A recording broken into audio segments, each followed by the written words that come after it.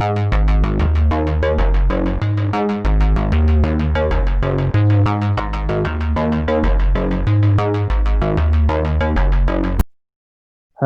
welcome to this lecture. Today we are going to discuss pharmacological effect of direct acting cholinergic agents.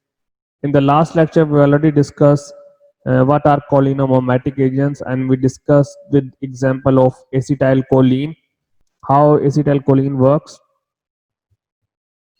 So when we take a look on the pharmacological activities, first of all, we take a look of the activities of cholinomimetics on the smooth muscles.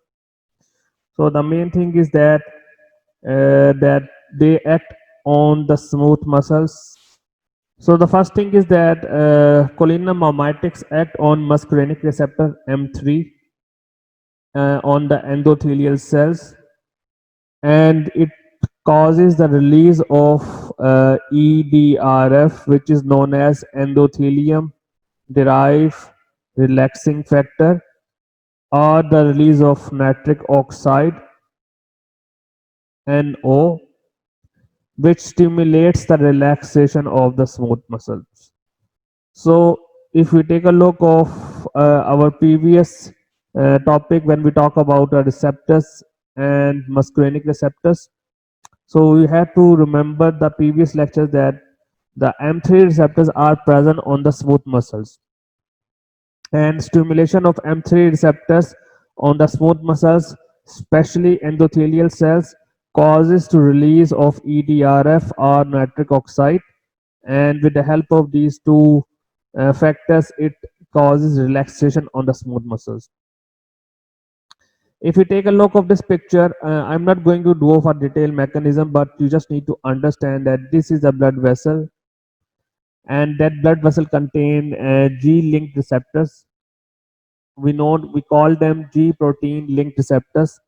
We know the endogenous ligand, which is acetylcholine, and when the acetylcholine bind with that G protein linked receptor, the receptor is present inside the endothelial cells, and it activated inositol triphosphate, which actually stimulate inside the endoplasmic reticulum. And inside the endoplasmic reticulum, it stimulate the production of calcium and then activate calmodulin, which at the end is responsible for the synthesis of nitric oxide. There are G protein linked receptors in the blood vessels, and what happened that the acetylcholine bind with G protein receptors, which is the first step. Then in the second step, it activate the release of the calcium. How? With the help of inositol triphosphate in the endoplasmic reticulum inside the cell. And then after activation of the calcium, it activate calmodulin, and with that at the end, it with the help of arginine, which is known as amino acid, and it is responsible for the synthesis of nitric oxide. And then nitric oxide activates guanylyl cyclase and inside the smooth muscles, and that with the help of cyclic GMP, by making guanosine triphosphate to synthesize guanosine monophosphate, and then with that cyclic guanosine monophosphate, with the help of protein kinase G, it causes the muscle relaxation and the dilation of the blood vessels occur. Then the second effect is on the heart. When we talk about the effect of the heart, they stimulate the M2 receptors. How they produce an effect in the M2 receptors, let's take a look. First of all, we need to understand this table, and we already discussed a bit in the last lecture, but I'm just going to revise to go back again to understand the effect on the heart. And we discussed that this is the receptors, cholinereceptors M1, M2, M3, M4, M5, and then we have NM and NN. And when we talk about receptors, now we're discussing on this perspective that M2 present on the heart, nerve muscles, and smooth muscles, and they are linked to the G protein, and they are responsible for inhibition of cyclic AMP. What is cyclic AMP? Cyclic AMP is known as second messenger, and then how it acts because of the activation of potassium channels, and that's we were going to discuss now. So if we take a look of this picture, I'm going to show you, and we need to go back some basic knowledge to understand this topic. So this is a picture that how the acetylcholine will be released. This is a vagus nerve uh, varicosities, which is responsible for producing acetylcholine. This is the first step. This is the second step, which is known as muscarinic receptors. The blue line that is pointing to you, and they are showing you the presence of M2 receptors on the cell membrane. And what is actually happening that when acetylcholine is going to bind with that muscarinic receptor, it is responsible for opening of the channel. This is a channel, and it is a potassium channel. And what is actually going to be happen that there is the increase of the potassium movement from inside to the outside, and it changes the action potential.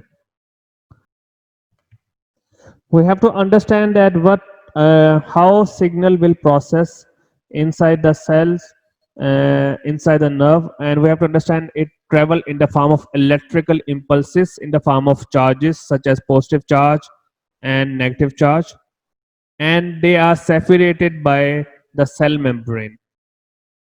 So what happen usually, number first stage is the resting stage, and when we talk about a resting stage, there will be more negative charge inside the cell or inside intracellular space, whereas there will be less positive charge, and the voltage is around minus 70 millivolt. This is a resting stage where there is a more negative charge inside the cell as compared to the outer side of the cell membrane, and they are separated because of the cell membrane.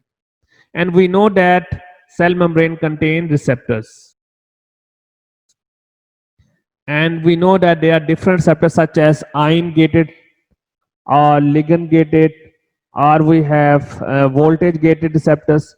So or we have, for example, sodium potassium pump that is responsible to regulate these electrical impulses.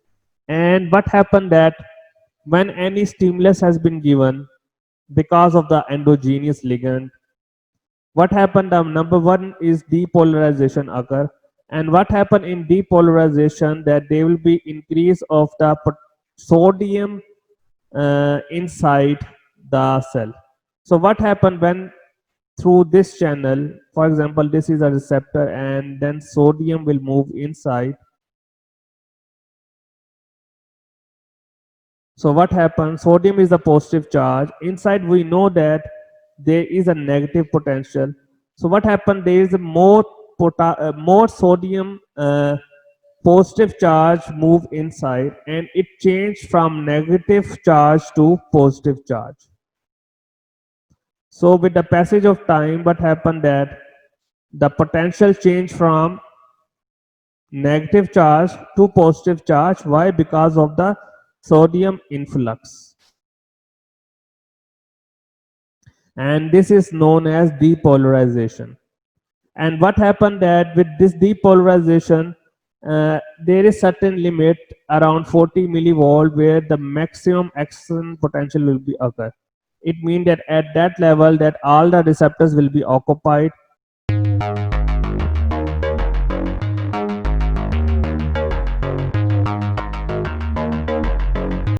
then at that stage what happened that there will be increase of the movement of potassium inside the cell to move outside, means that there is an increase of the potassium efflux. Efflux mean going outside to the extracellular. So what happened that potassium will move from inside to outside, and it again change the potential from, we can say that, positive to negative. So what happened, the charge will go back to the resting stage, again same to the negative charge. And if this continues, there is a refractory period that is mentioned, and in that period the hyperpolarization occur. And in that hyperpolarization there will be a more increase of the negative charge compared to the resting state, and it goes again to the lowest voltage, and then it go back to the resting state. So that's how the process will usually occur. So what will happen, if we take a look of slides again, we found that the main thing is that it stimulates the M2 receptors and causes an increase of the potassium influx, and it can lead to the reduction on peripheral vascular resistance. Then the function of cholinomimetics depend upon the dosages, like the large dose is given or the small dose is given. And I have already highlighted some part of the textbook. And this is a textbook from Katzung, and I already highlighted that if the dosage is low from 20 to 50 microgram per minute, it can cause vasodilation. It can result in reducing the blood pressure, but because of the low dose, it can often accompanied by an increase of the heart rate. But what happened when the large dose is given? What happened that the bradycardia will occur, and then decrease of the atrioventricular node conduction velocity, in addition causing hypotension. So the effect on the low dose will be different, although it causes vasodilation at low dose, but uh, it can accompanied by the reflex of the increase of the heart rate because of the low dose. But at high doses it can cause bradycardia. We can say that it can cause hypotension, and it slow the speed of the heart rate. So that is very important, that we need to understand the context whether the dose is low or high. So it can cause negative chronotropic effect, decrease the contractility of the heart muscles, and we have to understand that how the conduction occur in the heart. I'm going to show you the picture, although you studied this in physiology, but I'm just going to revise the thing that this is the sinoatrial node, and it is also known as pacemaker, and they are responsible to communicate with atrioventricular node, that is showing you, and they're showing you with the arrow, and they are connected with a number of Purkinje fibers that the impulse will be transmitted in different part of the heart.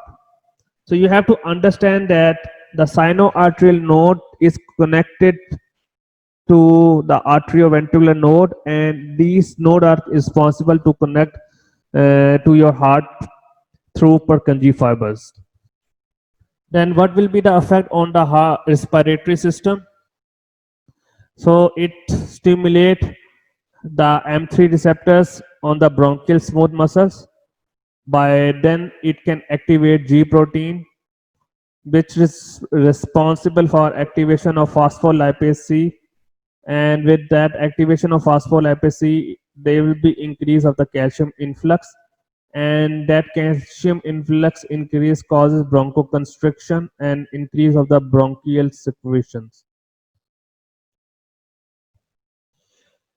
Then it has the effect on the gastrointestinal tract, stimulation of M3 receptors, which is responsible for increase in tone and amplitude of contraction of the smooth muscles, increase of the peristaltic activity.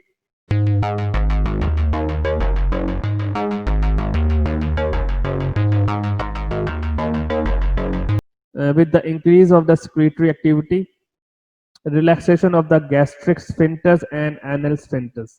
So this work with the help of M3 receptors. Then they affect on genitourinary tract through same M3 receptors, causing contraction of the detrusor muscles, relax the trigone and sphincter muscles of the bladder, and increase in urethral peristalsis activity. So you have to understand that uh, this is the detrusor muscle, and I'm going to only share you this picture. Why? Because you have to understand where is the detrusor muscle, and the contraction mentioned here, that contraction of the detrusor muscles occur here because the receptor M3 is present over there. So what will happen that these acetylcholine, they bind with the M3 receptors in the detrusor muscle and can cause an increase of the contraction. And they mentioned then relax the trigone and sphincter muscles. So this is the trigone muscles, and it causes relaxation in that section, in the trigone and the sphincter muscles of the bladder. So by these trigone muscles and then the sphincter muscles, they causing relaxation over there. So you have to understand that their activity depending upon the location or the stimulation of receptors. Then it can increase the urethral peristalsis as well. Then it affect on the glands by stimulation of M2 receptors, and we already discussed in the previous as well, like if we go back to the gastrointestinal tract, they mentioned there is an increase of the secretory activity. Why there is an increase of secretory activity? Because of the stimulation of M2 receptors and causing the production of the more secretions such as tears, saliva, or nasopharyngeal glands because of the stimulation of M2 receptors. Then it have the effect on central nervous system, and in the central nervous system we know that it have muscarinic receptors as well and nicotinic receptors. And we have to understand that the muscarinic receptors, the M receptors, cause tremor, hypothermia, antinociception, and can increase the in appetite. Whereas in the nicotinic receptors, it can the chronic exposure of these endogenous ligands is responsible for addiction, and high nicotine can lead to convulsion, coma, death. And this is a common thing that, for example, cigarette or smoking is a common example, and smoking also contain high nicotine level. So if somebody smoke a lot, uh, it can lead to convulsion, coma, and death. So same like they're talking about the high nicotine content, they are responsible for convulsions, coma, and death. They are talking about some other endogenous ligands or some other cholinomimetics such as methacholine and methancol, and they have the least effect on central nervous system. So they affect, these two drugs have their less effect on the central nervous system. Then they affect on the eye as well through stimulation of M3 receptors at the circular muscles, and we know that they are ciliary muscles, and they can act on these muscles, ciliary muscles. What happened actually? It causing contraction of the smooth muscles of the iris sphincters and ciliary muscles. So these are the ciliary muscles, and we have to understand that they can responsible for contraction of the smooth muscles and iris sphincters. Then it can cause pupil constriction.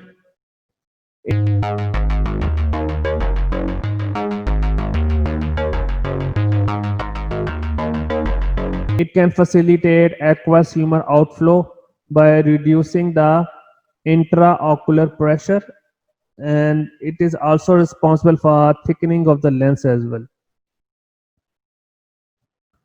So thank you so much for today's lecture. Hope to see you again.